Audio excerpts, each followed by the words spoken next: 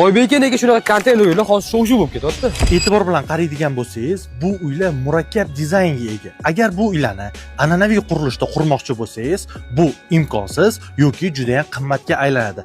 Aynan konteynerlar sizga murakkab ko'rinishdagi dizayn uylarni luxury ko'rinishda arzon va tez va hamyonbop bo'lishiga yordam beradi. Rivojlangan davlatlarda xuddi shunaqa noodatiy ekologik qurilishlarni tanlashyapti.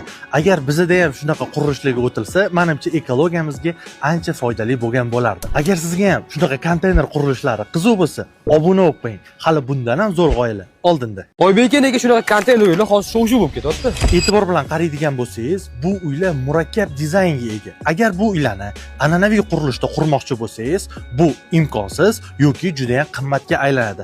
Aynan konteynerlar sizga murakkab ko'rinishdagi dizayn uylarni luxury ko'rinishda arzon va tez va hamyonbop bo'lishiga yordam beradi. Rivojlangan davlatlarda xuddi shunaqa noodatiy ekologik qurilishlarni tanlashyapti.